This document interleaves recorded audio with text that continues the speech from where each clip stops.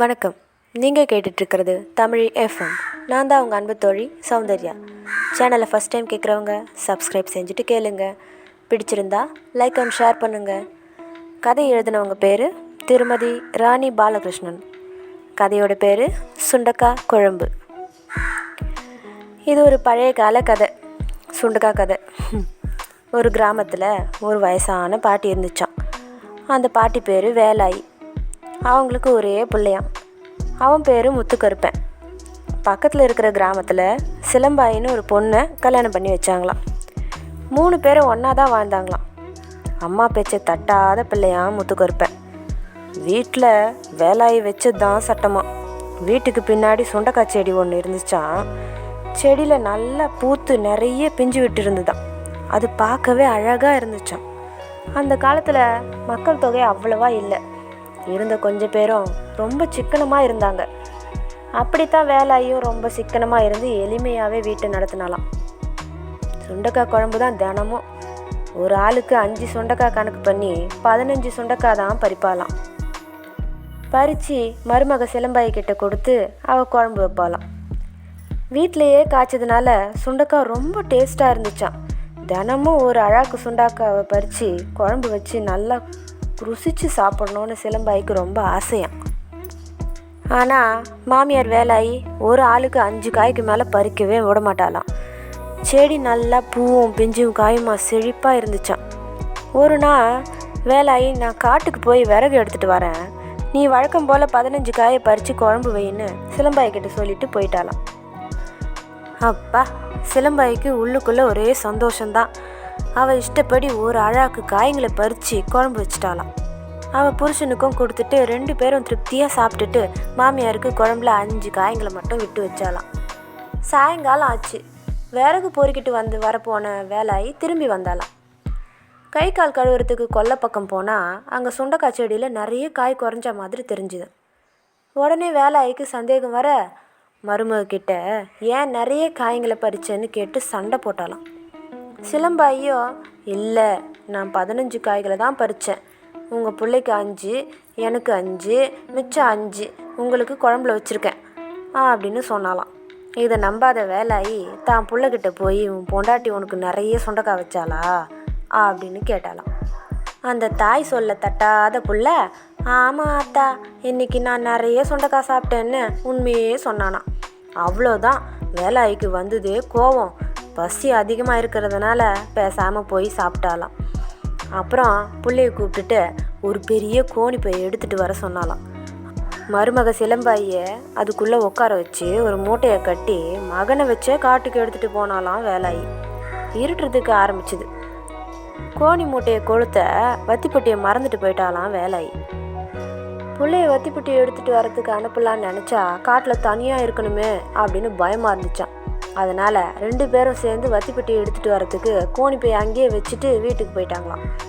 கோணிப்பைக்குள்ளே இருக்கிற சிலம்பாய்க்கு பக்கத்துலேயே ஆடுங்களோட சத்தமும் ஆடு மேய்க்கிற பையன் சத்தமும் கேட்டுச்சான். உடனே, அண்ணா மூட்டையை அவுத்து விடுன்னு சொல்லி வெளியே வந்துட்டா.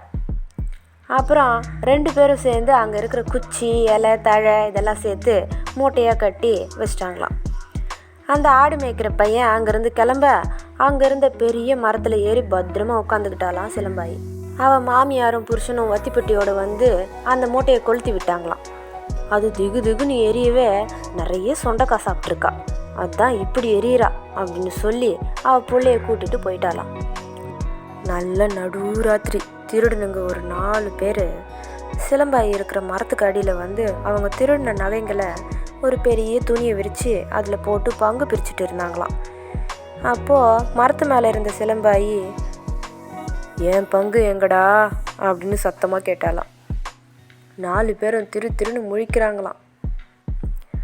பயத்தோட சத்தம் வந்த அந்த மரத்து மேலே பார்த்தாங்களாம். இருட்டில் சிலம்பாயி அவங்க கண்ணுக்கே தெரியலையாம். ஐயோ, ஏதோ ஒரு பொண்ணோட குரல் மட்டும்தான் கேட்குது, அது ஒரு மோகினி பிசாசா கூட இருக்கலாம். ஓடுறா, ஒரே ஓட்டம் தானா. அவங்க போட்டுட்டு போன நகைங்களை எல்லாம் ஒரு பொட்டலமாக கட்டி தான் வீட்டுக்கு போயிட்டாலாம். போய் வீட்டோட கதவை தட்ட, யாராது இந்த நேரத்தில் அப்படின்னு புலம்பிக்கிட்டே கதவு திறந்தாலாம் வேலாயி. நகை பொட்டலத்தை கையில் வச்சுக்கிட்டு இருந்த சிலம்பாயை பார்த்து முத்துக்கருப்பனும் வேலாயும் பேய் பேயின்னு அலறாங்களாம். கொஞ்ச நேரத்துக்கு அப்புறம் சிலம்பாயும் சாமர்த்தியமாக, நான் செத்து போய் மேல் லோகம் போனேன்னா அங்கே மாமாவை பார்த்தேன், அங்கே அவர் தான் எனக்கு இவ்வளோ நகையும் கொடுத்துட்டு வீட்டுக்கு பத்திரமா போ, உங்கள் அத்தையும் அனுப்பி வையுங்க, அவளுக்கும் இதே மாதிரி நிறைய நகைங்களை கொடுக்குறேன் அப்படின்னு சொன்னார்.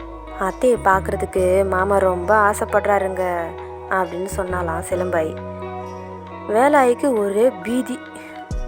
அத்தை பயப்படாதீங்க, நான் போய் பத்திரமா திரும்பி வந்துட்டேன்ல, அதே மாதிரி நீங்களும் பத்திரமா திரும்பி வருவீங்க, தைரியமாக போங்க அத்தை அப்படின்னு சிலம்பாய் தைரியம் சொல்லி அனுப்பிச்சாலாம்.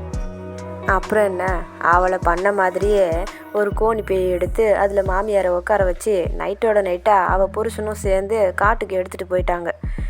மறக்காமல் வத்திப்பட்டியும் எடுத்துக்கிட்டாலாம். அவள் ஏறி உட்காந்துருந்த மரத்தடியிலேயே மூட்டையை வச்சுட்டு கொளுத்தி விட்டாலாம். வேலாயி சூடு தாங்காமல் அலறாலாம்.